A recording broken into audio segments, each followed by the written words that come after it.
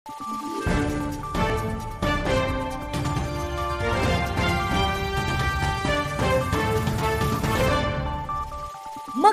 araw, Pilipinas! Ito ang Valiente News hatid sa inyo ng Office of the Vice President. Daan-daang native at fruit-bearing trees ang sabay-sabay na itinanim ng OVP Bomb Satellite Office sa bayan ng Dato Anggal, Midtimbang sa Maguindanao del Sur.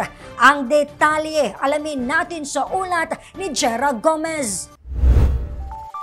Nagsagawa ng tree planting activity kamakailan ang OVP Bangsamoro Autonomous Region in Muslim Mindanao sa Barangay Adaon, bayan ng Dato Anggal, Midtimbang, Maguindanao del Sur.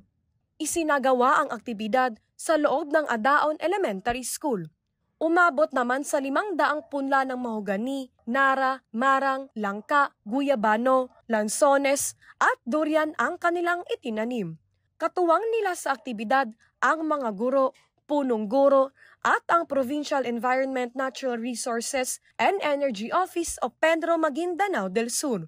Ipinaabot naman ng OVP BARM Satellite Office ang kanilang taus-pusong pasasalamat sa lahat ng kanilang mga naging katuwang sa pagtaguyod ng mga programa at inisyatiba ng tanggapan, kabilang na ang pagbabago, A Million Learners and Trees campaign. Ako po si Jera Gomez, lahat para sa Diyos, bayan at pamilyang Pilipino. Valiente News. OVP Cagayan Valley Satellite Office nagsigawa ng outreach program sa bayan ng Dupax del Sur sa Nueva Vizcaya.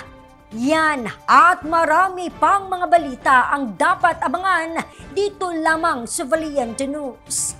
Ako si Claudette Loreto para sa makabuluhan, naninindigan at matapang na mga ulat at impormasyon. Maraming salamat!